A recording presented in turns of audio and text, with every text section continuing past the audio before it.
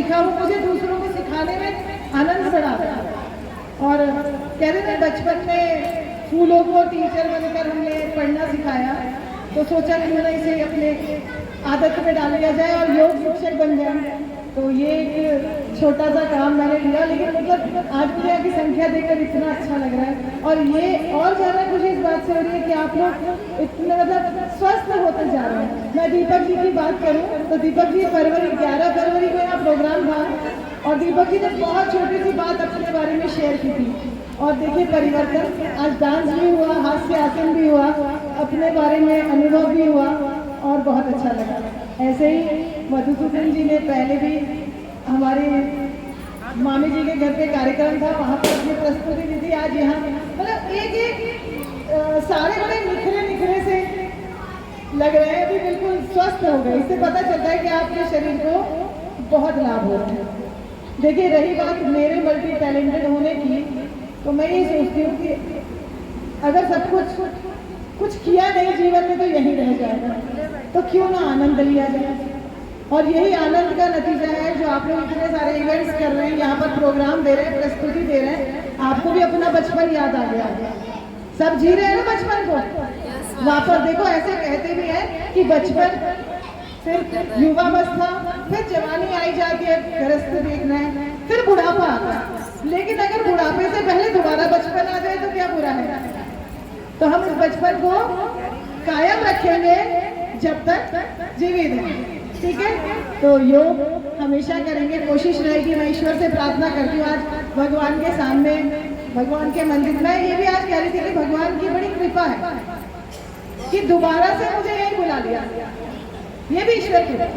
और देखिए मौसम का कितना सा, आपको एक छोटा सा अनुभव और बता दें। तो योग परिवार की बात हो रही है, मुझे इतनी बड़ी चाबी आप लोगों ने गिफ्ट कर दी, उसके लिए बहुत बहुत धन्यवाद।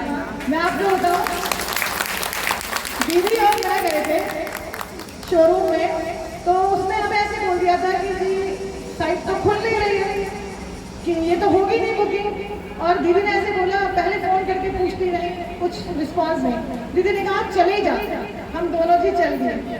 वहाँ गए तो अचानक हमारी किस्मत इतनी अच्छी कि साइट खुल गई। अच्छा वहाँ हमारी एंट्री हो गई। उसने कहा मैडम अगर आपको मैसेज आएगा तो आपको आना पड़ेगा। अब हमने कहा भाई, उसने कहा मैडम जब वहाँ से आएगा कैंटीन वाले देंगे तो होगा। अगले दिन मुझे मैसेज आया, ठीक, वहाँ मेरी बुकिंग दोबारा से हो गई। फिर वो मुझे कहता है मैडम पेमेंट में तब जमा होगी कि जब आपको मैसेज आएगा। अब उससे पहले मैं गई, 5 लोग मुझसे पहले बैठे, उनकी वहाँ पर घूम रहे हैं, ऑनलाइन कर रहे हैं, उनका जीमेल पे कुछ आ ही नहीं रहा है। और मेरा, मैंने कहा देख लो भैया एक बार अगर मेरा होता है, मुझे देर हो गई। और इतनी बारिश थी उस दिन, मैं वहाँ बैठी रही। उसने मेरा अपने फ़ोन में किया, लैपटॉप भी नहीं चलाया, फ़ोन पे किया और तुरंत फ़ोन पे करते ही वो मेरे को मैसेज आ गया, कह रहा लो मैडम देखो आपका तो हो गया।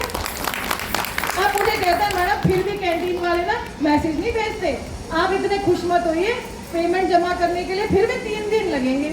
मैंने कहा भैया चलो जहाँ इतनी मेरी किस्मत, मैंने कहा कोई बात नहीं 3 दिन बाद। मैं कहा प्यार है जो मुझे मिला है, वो प्यार की बदौलत ये भी होगा। और आप विश्वास नहीं करोगे, मुझे अगले दिन फिर मैसेज आ गया। मुझे मैसेज आया, मैं गई वहाँ पर, जैसे ही मैं गई उन्होंने कहा और फिर साइट में खुले, वो दूसरे जो बैठे हैं उनकी साइट तक नहीं खुल रही। फिर वो मुझे कहते हैं मैडम चलो आप, मैंने कहा देखो भैया मैसेज आ रहा है 3 बार, एक बार भी नहीं 3 बार। उसने साइट खोली, मेरा सारा डाटा गया, मैंने पेमेंट करी, 5 मिनट लगे, मेरा काम हो गया। मुझे कहते हैं मैडम फिर भी 3 दिन और लगेंगे। मुझे फिर मैसेज आ गया अभी यही बैठे बैठे कि मैडम आपका काम हो जाएगा और आप कब आ रही है। मैंने कहा आज तो नहीं आती, मैं कल आऊंगी। तो देखिए ये क्या है, ये आप लोगों की पॉजिटिविटी जो साथ मिलकर इकट्ठी हुई है।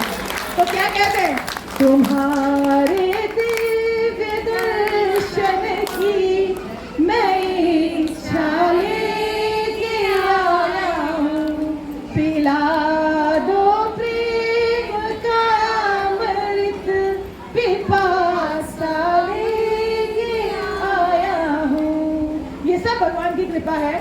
हम और आप होते ही गौने करने वाले, वो बैठे हैं ऊपर से चक्कर घुमाने वाले और हमारा काम होता है। तो आपका बहुत बहुत धन्यवाद।